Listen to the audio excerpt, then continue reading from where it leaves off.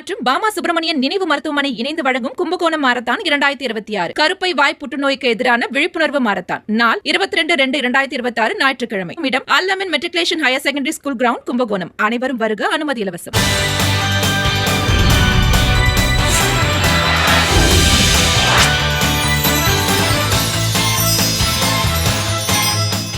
அனைவருக்கும் வணக்கம். நான் doctor M S. Ushanandhini, Siddha physician, lotus women care hospital, இந்தியாவின் முதல் பெண்களுக்கான PCOS சித்த மருத்துவமனை, சாய்பாபா காலனி, கோயம்புத்தூர், KK நகர், சென்னை.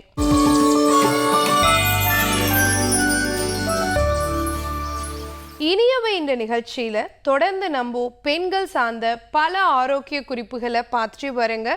அந்த வகையில இன்னைக்கு நம்ம சொல்லக்கூடியது சர்க்கரை நோயாளிகளுக்கு நரம்பு பாதிச்சிருக்கு அப்படிங்கிறத எப்படி தெரிஞ்சுக்கிறது, நர்வஸ் சிஸ்டம் அஃபெக்ட் ஆயிருக்கு அப்படிங்கிறத எப்படி தெரிஞ்சுக்கிறது, அந்த பிரச்சனை வராமல் இருக்கிறதுக்கு என்ன செய்யணும், ஒருவேளை வந்துருச்சுன்னா அதுக்கு என்ன மாதிரியான வீட்டு குறிப்புகளை பயன்படுத்தலாம் அப்படிங்கிறத பற்றி தான் இன்னைக்கு நம்ம பார்க்க போகிறோம். இன்னைக்கு நிறைய சர்க்கரை நோயாளிகள் இந்த சிம்டம்ஸை ஃபீல் பண்ணியிருப்பாங்க. திடீர்னு வெயிட்டே இல்லாத ஒரு பொருள் எடுக்க டக்குன்னு கீழே விழுந்துரும். ஒரு டம்ளர் எடுப்பாங்க, ஒரு நோட் புக் எடுப்பாங்க, ஒரு பேனை எடுப்பாங்க, கீழே விழுந்துக்கிட்டே இருக்கும். ஒரு நாளைக்கு இது 4-5 தடவை நடக்கும். எப்பயாவது ஒரு தடவை நடந்தால் அது எதர்ச்சியாக நம்ம கவனிக்காததுனால விழுந்திருக்கு அப்படின்னு சொல்லலாம். ஆனால் ஒரு நாளைக்கு 4-5 டைம்ஸ் இந்த மாதிரி நடக்கும் பொழுது டக்குன்னு விழுந்துட்டே இருக்கும். அவங்களே நினைப்பாங்க, என்னடா இது கை தவறிக்கிட்டே இருக்கு அப்படின்னு நினைப்பாங்க. இது ஒரு நரம்பு சம்பந்தமான பிரச்சனையை காட்டக்கூடிய அறிகுறியாக இருக்கலாம். அடுத்து பார்த்தீங்கன்னா, திடீர்னு காலில் குத்தல், எரிச்சல், மதமதப்பு, வழி, இந்த மாதிரியான விஷயங்களெல்லாம் அவங்க ஃபீல் பண்ணுவாங்க. செருப்பு போட்டிருக்கும் பொழுதே செருப்பு காலை விட்டு கலண்டு போகிறது. அதே மாதிரி திடீர்னு சூடே இருக்காது, ஆனால் ரொம்ப கால் கீழே தரையில் வைக்கும்போது சூடாக இருக்கிற மாதிரி ஒரு விஷயம். அப்புறம் ஊசி குத்துற மாதிரி ஃபீலு. பகல் ஃபுல்லாக நல்லா இருப்பாங்க, நைட்டு படுத்துட்டு அந்த பெட்ஷீட்டை தான் இழுத்து மேலே போத்தும் பொழுதே அந்த காலில் ஒரு உணர்வு, அதிகப்படியான கூச்ச உணர்வு மாதிரியும், ஒரு குத்தல், கொடைச்சல், எரிச்சல், இந்த மாதிரியான விஷயங்கள், இது எல்லாமே அவங்க ஃபீல் பண்ணுவாங்க. இது எல்லாமே நரம்பு கோளாறு சம்பந்தமான ஒரு அறிகுறி தான். இப்போது நிறைய பேருக்கு தூக்கமின்மையினால் கஷ்டப்படுறாங்க இல்லையா, சர்க்கரை நோயாளிகள் குறிப்பாக. அந்த தூக்கமின்மையும் நரம்பு சம்பந்தமான ஒரு கோளாறு அப்படிங்கிறத கவனத்தில் வச்சுக்கணும். இப்போது எனக்கு யூரின் டாக்டர் அடிக்கடி நான் போயிட்டே இருக்கிறேன், என்னால் யூரினை அடக்கவே முடியலை.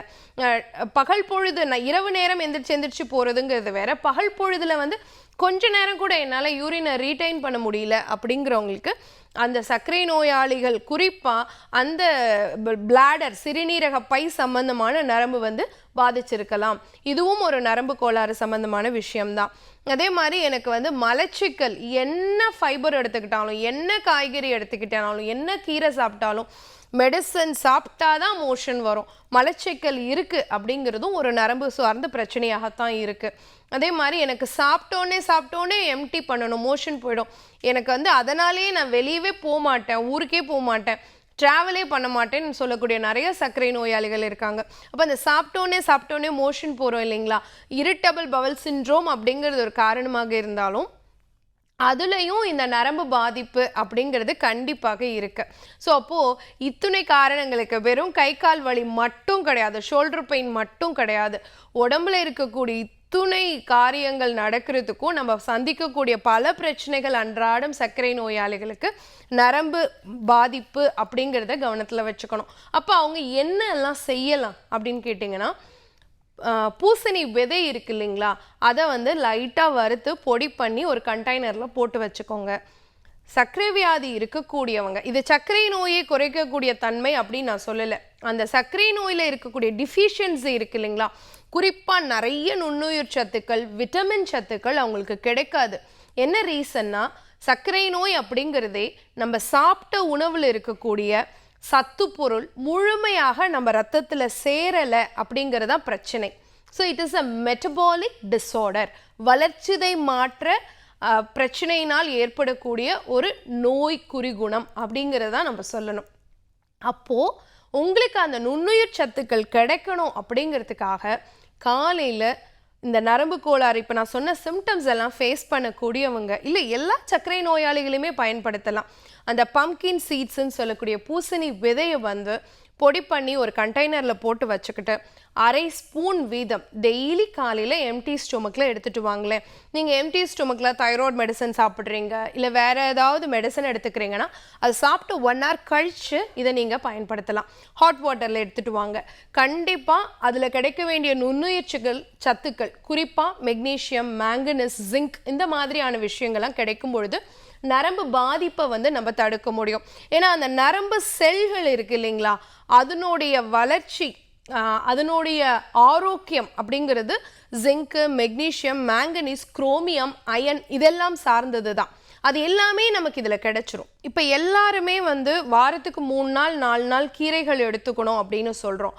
ஆனால் சர்க்கரை நோயாளிகள் பொறுத்த வரைக்கும் முடிந்தா வாரத்தில் 7 நாட்களும் கீரை சேர்த்துக்க வேண்டியது ரொம்ப ரொம்ப முக்கியம். குறிப்பாக முருங்கைக்கீரை நிறையா சேர்த்துக்கலாம்.